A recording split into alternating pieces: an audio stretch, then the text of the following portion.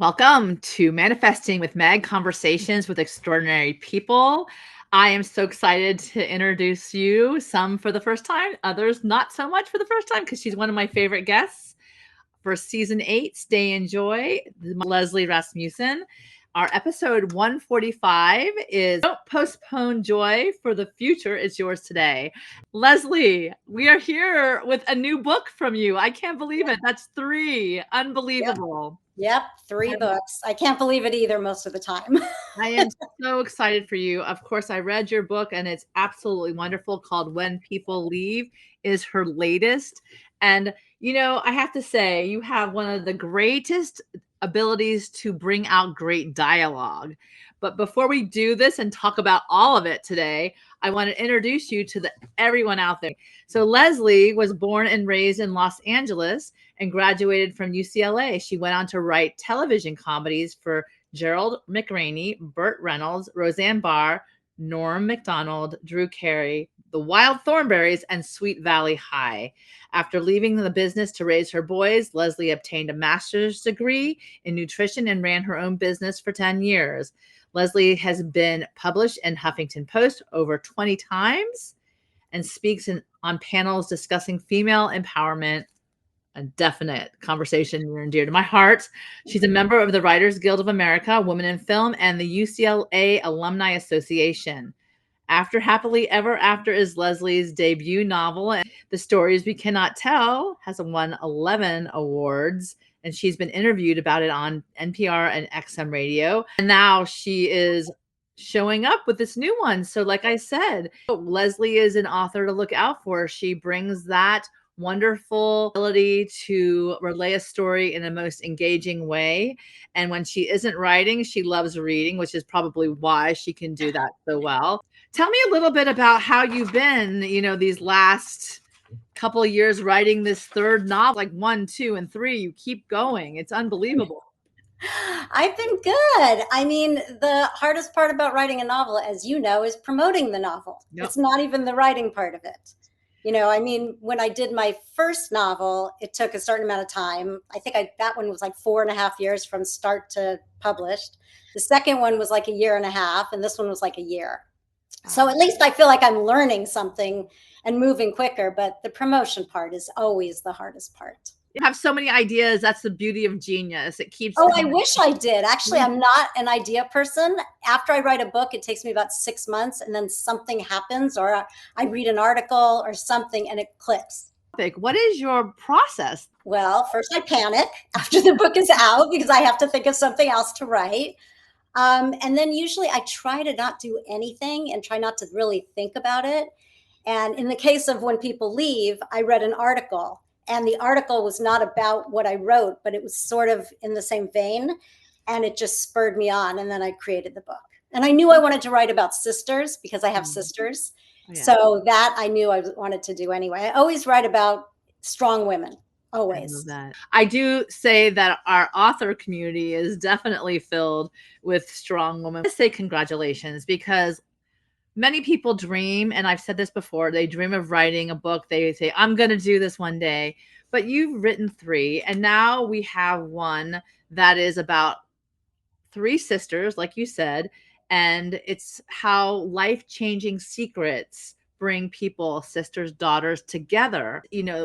Like I said, the dialogue you do is wonderful, but you definitely know people. You write people so well, and that you fall in love with the characters, regardless of their quirks, their flaws, but all their wonder too, and how they do life so differently. So, tell me how you came up with Morgan, Charlotte, and Abby Weiss. So take us away. How did we get here? Well, like I said, I didn't have an idea at all. And there was one day where there was some kind of article. I don't remember if it was on the radio or what it was, but they were talking about college students who go away to college and all they talk about is how great things are going. They're so happy. They tell their parents, and then their parents find out that they killed themselves. And the parents have to try to piece everything together to figure out why they would do that. So that was the little spark. I didn't want to do it about teenagers. And I really wanted to write about 3 sisters, since I am one of 3. And even though these sisters couldn't be further from my sisters, I wanted to make sure they were completely different. I loved the camaraderie and the dialogue between sisters. My sisters and I love to give each other crap all the time. And I liked that in the relationship. So that's what I wanted to write. So that's like a lot of the witty dialogue is between Yeah. the sisters. And I don't know personally of any family secrets we have in my family. I haven't discovered any, but I thought it would be really interesting if they have to get together and try to discover why their mother would do this. And through that, they find out that some of the decisions their mother made when they were babies affected them and how they made decisions in their lives. And they didn't even realize they were making those decisions based on something she did. Yeah. So I just thought that would be a really interesting concept. I love your cover. You always have great covers, but this one leaves so much to the imagination with such simplicity at the same time. So profound. Tell me how you got to this point, because I know that it's so hard to choose something that would adequately display what's on the inside and engage the eye. I found a great cover designer. Her name is Dana Steele. And all I told her was, I just want 3 women walking away. I want them from, behind. I didn't know what else. And it's funny because my favorite color happens to be navy blue. And Oh, I didn't tell her this. And then she sent me this cover. Immediately I said, that's it. That's the cover. Like I didn't even have to go through changes except for little tiny font changes. But other than that, I just fell in love with it because there was something eerie about it to me, yeah. watching them walk away and with the light blue. I was really happy with it. How do you relay this to the cover designer to bring this out? A story of love, lies, and finding the truth. That's just amazing to me. I just really told her basically what the book was about because she didn't read it. And I think she got from that. But I said there is a lightness to it. I don't know if the cover shows that, but I like the fact that it's intriguing enough for people to want to pick it up. What I love about the way you write is that you can actually visualize the characters on page coming alive. For the idea of this hidden mystery of like how our parents may have secrets and they can shift a child's like an understanding of their identity. And within this book, certainly that's something that you do deal with. That's not your life. So how does this happen? It's one of those things that it just sort of took a life of its own. Since I don't have family secrets, I started to just think about what if I did and how that would affect me going forward. And later on finding out the family secret and then going back through my life and thinking, oh, wow, I did this probably because of that. Yeah. But it was a really interesting process because I'd never written a mystery. I love mysteries. I read them. And I didn't think of this as exactly a mystery. So I tried to just throw in breadcrumbs on the way that you could kind of look at later and go, oh, that's why they did what they did. But it was a slow process as far as not the writing of it, but just going back through it and figuring out exactly like, oh, I got to leave something here. I've got to leave something there. And what about the place? When we're talking about like locations that they travel to, tell me, how did you choose those locations? Well, the book takes place in Los Angeles, which is where I live. My second book takes place in Los Angeles. My first book does not. It takes place in Connecticut. But I know Henderson, Nevada very well because my sister lives there. So I knew like what that was like. And I thought, okay, that's a good place to go. And it's, I thought of this guy. Well, I don't want to go into all the details, but why they go there.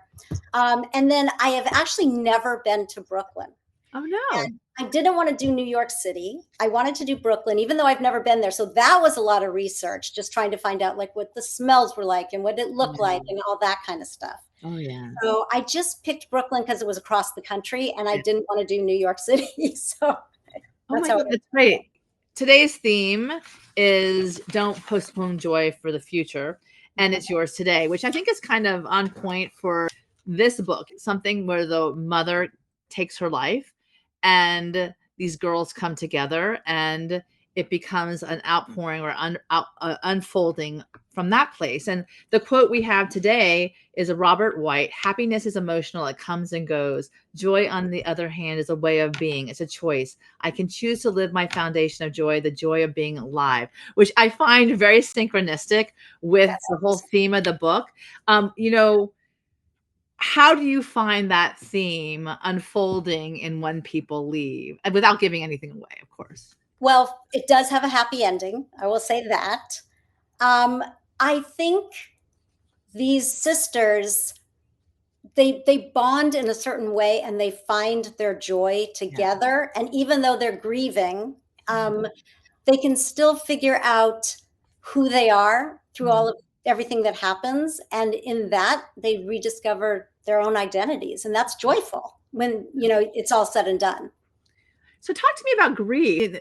It's often portrayed as a linear process, but your story reveals it is so messy. Yeah. And I relate. I relate. Non-linear, filled with anger, filled with all the Mhm. emotions.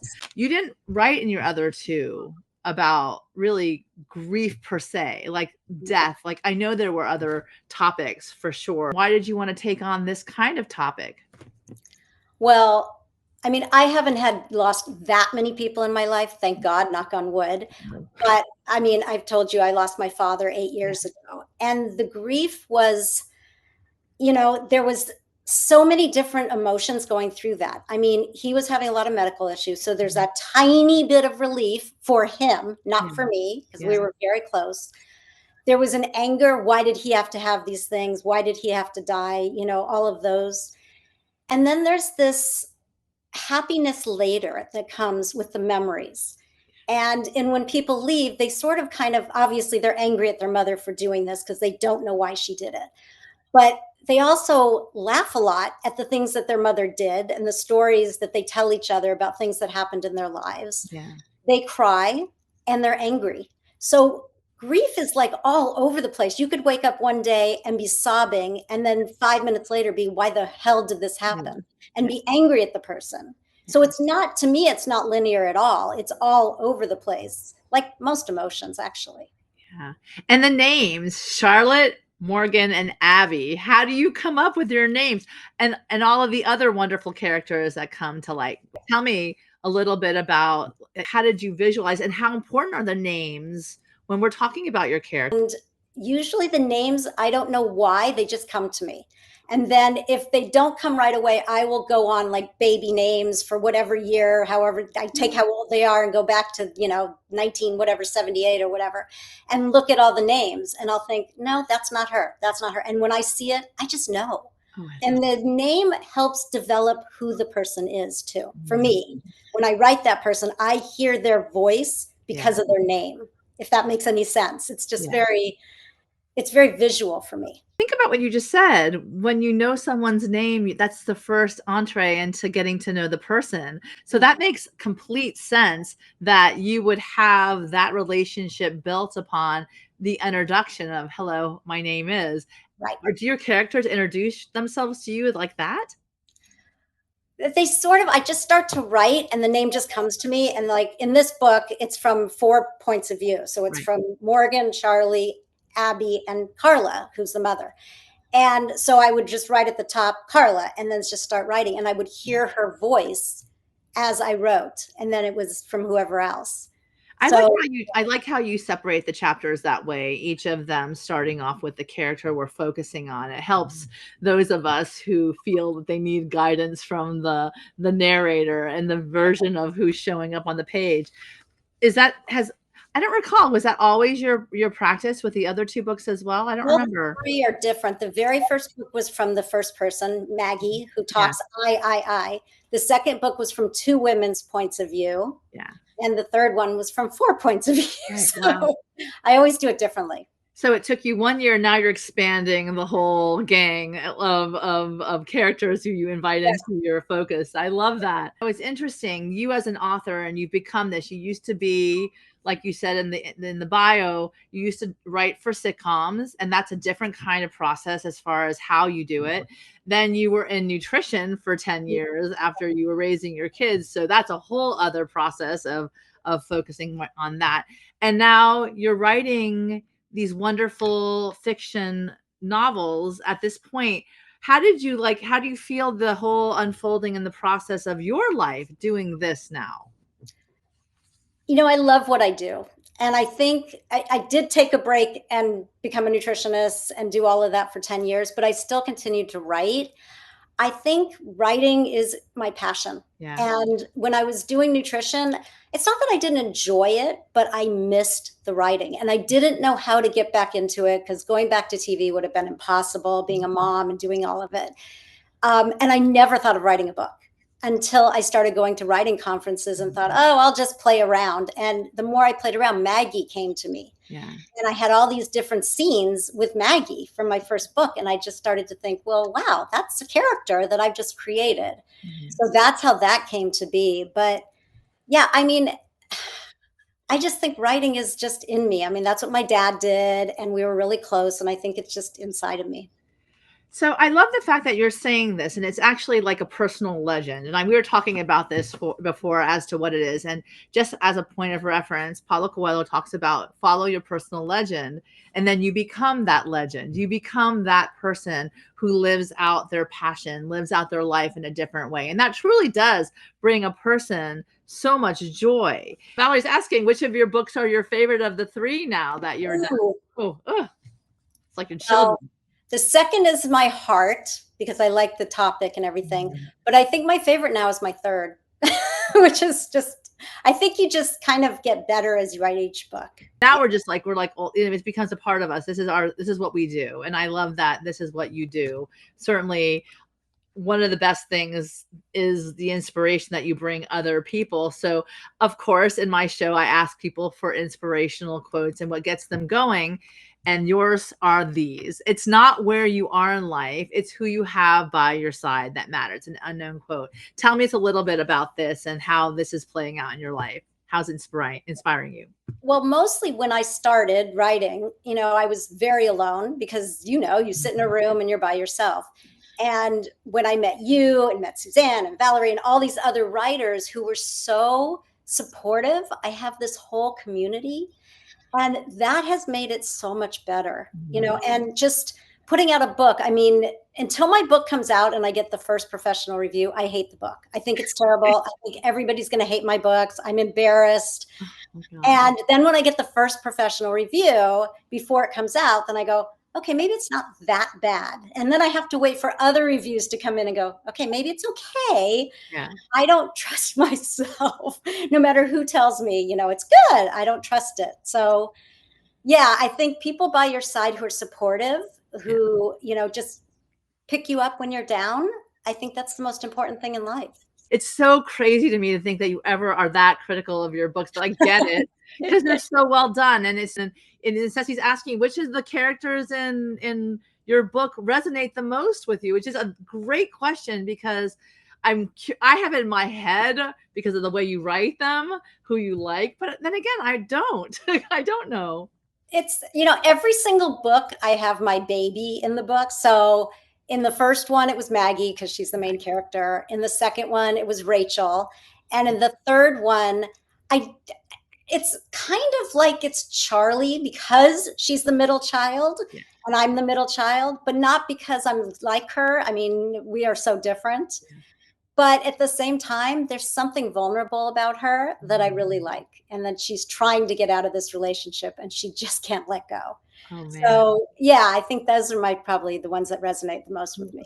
I love that. And it's interesting because when it says it's who you have by your side that matters, you better get comfortable with your characters because they're going to be with you for quite some time, at least in this instance, a year for sure. Right. So also, of course, we have to have people by our side that see us and support us and love us. And I think that you definitely do that for other people. Certainly that's a part of who you are. Your generosity exceeds that. It's not surprising that this is the community that you've garnered for yourself. And I know your books are doing so well. So I'm so excited about that. And I really am encouraging everyone to go out and buy them. But before we do that, our second inspirational quote is, "You alone are enough. You have nothing to prove to anybody." Maya, I think this is rock star advice. Go for it. Tell me how this sits with you. Well, that's basically what I just said before, which is I try to remind myself that I'm enough and that I don't have to compete with anybody else. And look at all the, authors out there that are, like selling 5 billion books. And I have to just be happy with where I am and what my career is. and not just keep comparing myself. So I do remind myself of this all the time. And I personally think the seeds are there. You keep planting, then also taking care of it, and you keep moving on and on and on. And the more your name gets out there, they're going to love who you are and how you write. And you have already a huge following from the beginning with, after Happily Ever After now to understand that this is all a journey to enjoy. I'm hoping you're enjoying it because I know many people are enjoying what they're reading for sure. For Yeah. sure, Leslie. Thank you. So what makes the difference in your life right now that, you have hit number 3? I know that, you're like, the marketing, but yet at the same time, you're still, reaching people where they are. How are you serving everyone with your wonderfully written themed books?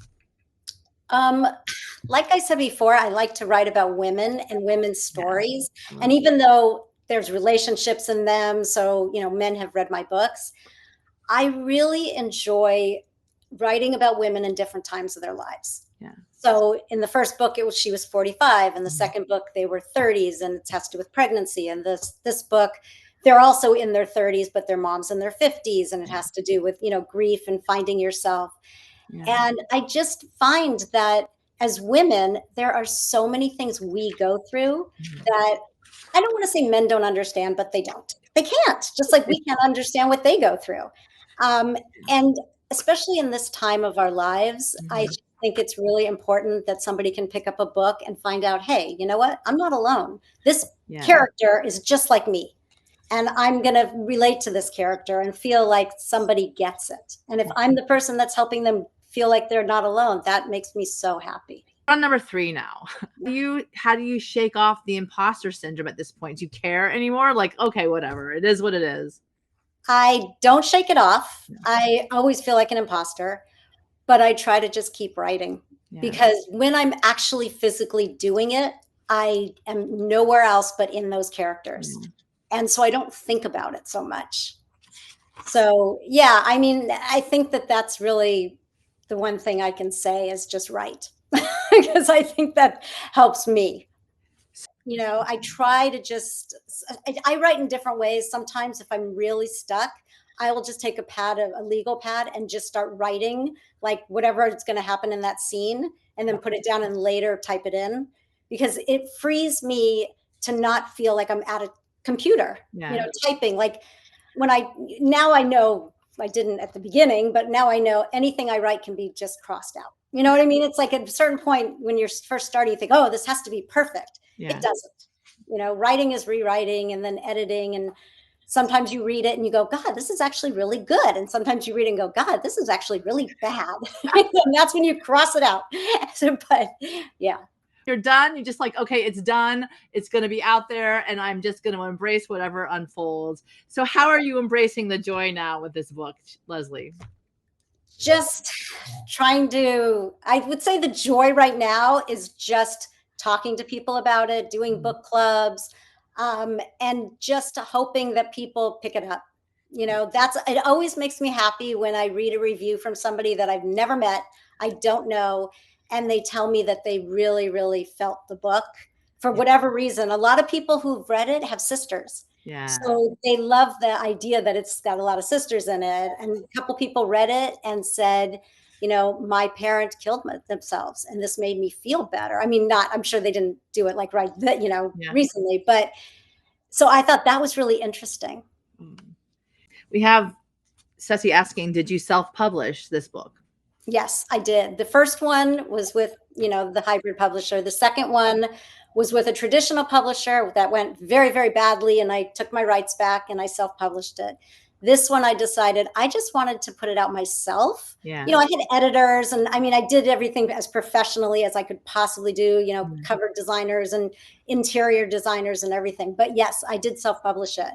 And I have to say, it's been really fun. And I've learned so much. And I'm still selling. So it's also, it's not like I don't have, Suzanne and Valerie and Liani and all these people who have also done it that have guided me and helped me. I don't know that I could have done it without all these friends that had done it before me. Yeah. Because that really helped a lot. Are you planning on getting this in audiobook form in the near future? I'm thinking about it now. I haven't really gone that far, and I don't know how I'm going to do it yet. The other two are with professional audiobook people.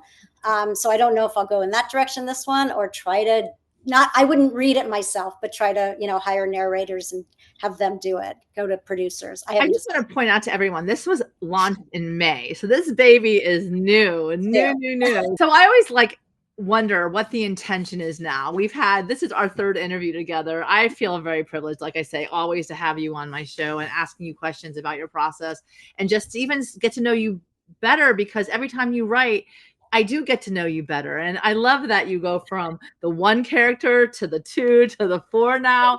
I Yeah. think you're expanding your ability to handle a room. I'm wondering if one day we're going to have you dealing with all those wonderful perspectives more so, which is a talent that in and of itself, certainly, to keep all those different storylines going. But what was your intention today for everyone as we joined this wonderful interview today? My intention for this one was just to be me, to be vulnerable. I think I my characters are very vulnerable, and I try to just be that way in my life, with people I trust.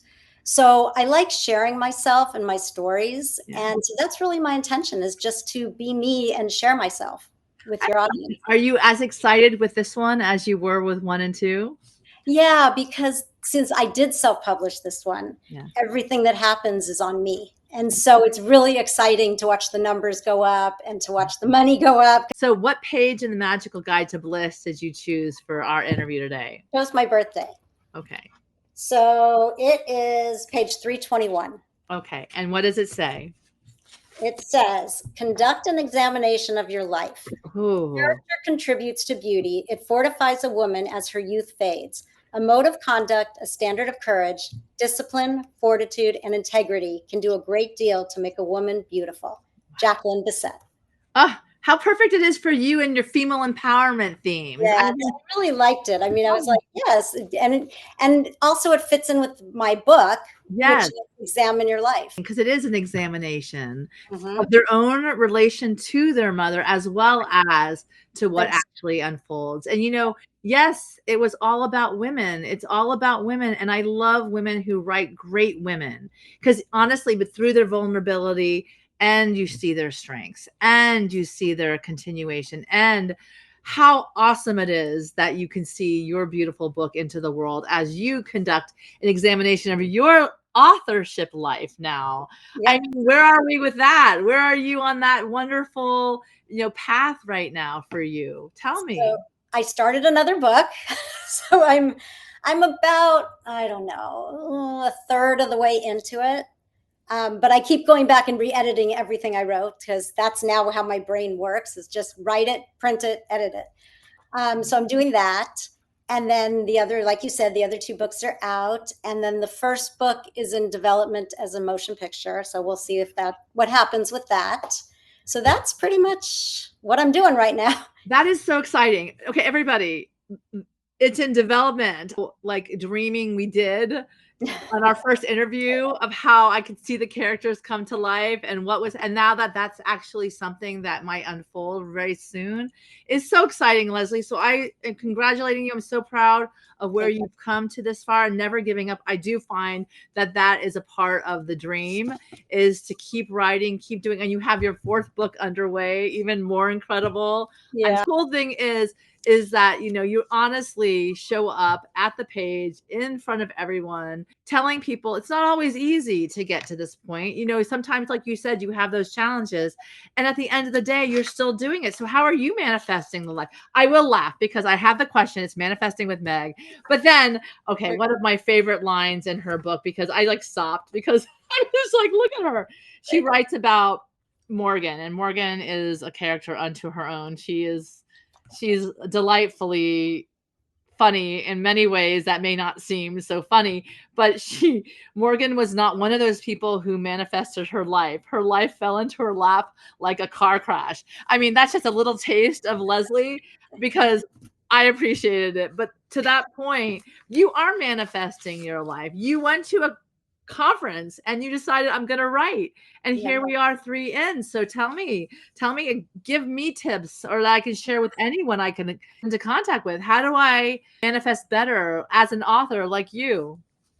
I honestly think it's baby steps. I think there's so many things that can be overwhelming if you take them too big at a time.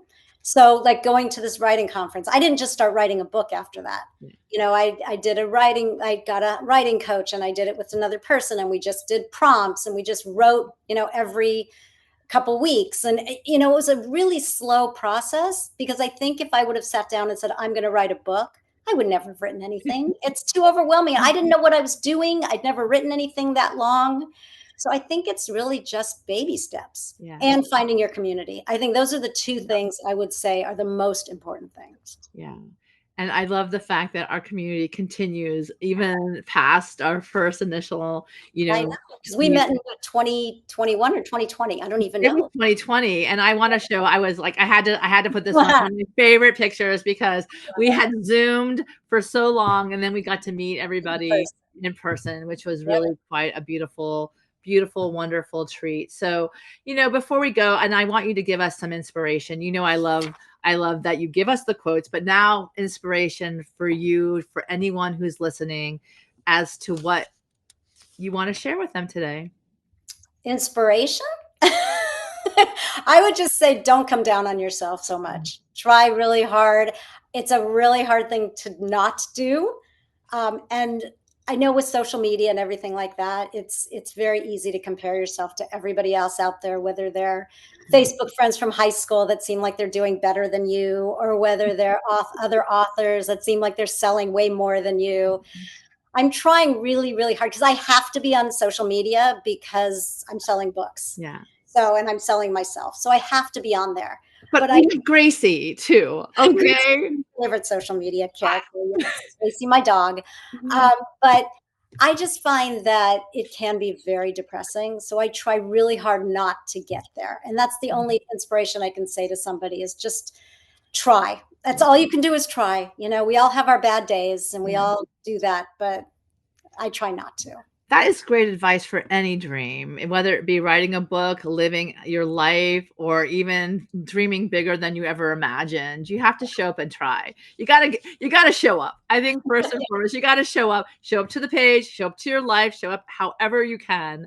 It's Exactly. great advice, Leslie. And I think that many people will take that away. And I will say, this is my theme this year is stay in joy.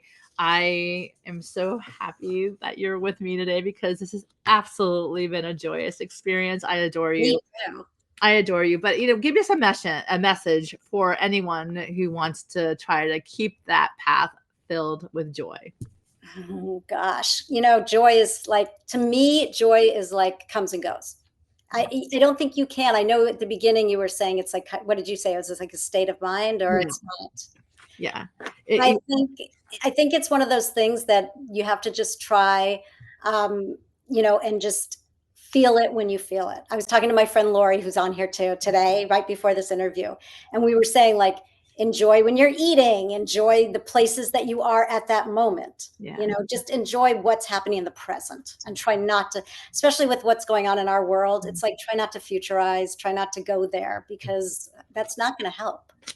And how perfect it is, though, to remind yourself, and what a wonderful gift that was from you and the conversation you had with your friend is just be present because don't want to postpone the joy for the future. And plus, you don't want to think too much into the future because, like you said, that might not bring you so much joy because the anxiety might kick up. Exactly. So, yeah. So staying present is a gift to yourself, certainly staying present with your book. So where can we find you? Tell me, contact. So I have a website. It's lesliearasmussen.com, and somebody can either join my newsletter on there or they can find out what's going on, or they can have me come to their book club. They can connect with me on there because I go to book clubs virtually, in person, if they're in LA.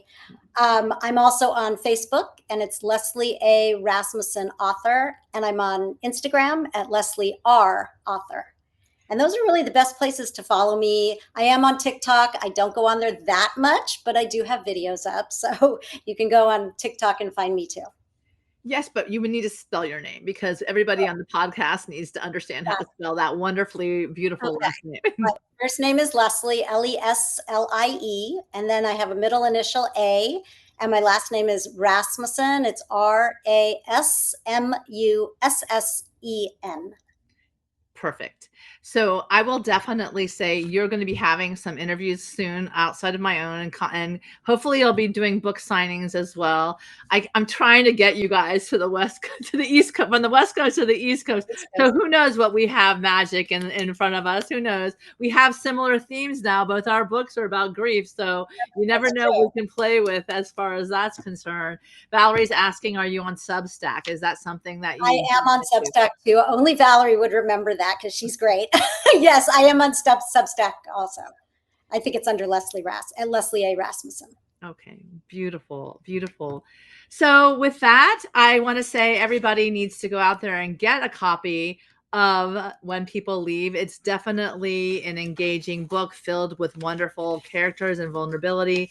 And once you do read it, go leave an Amazon review because that's Please. how we authors get our names out there and I know. I'm contact. always bugging people to put up a review, please. Yes, it helps us because supposedly over 50 reviews, Amazon starts pushing your book. So And it's so simple. Just tell it was a wonderful read. I enjoyed it so much. So thank you you. can write 5 words, just put a review up.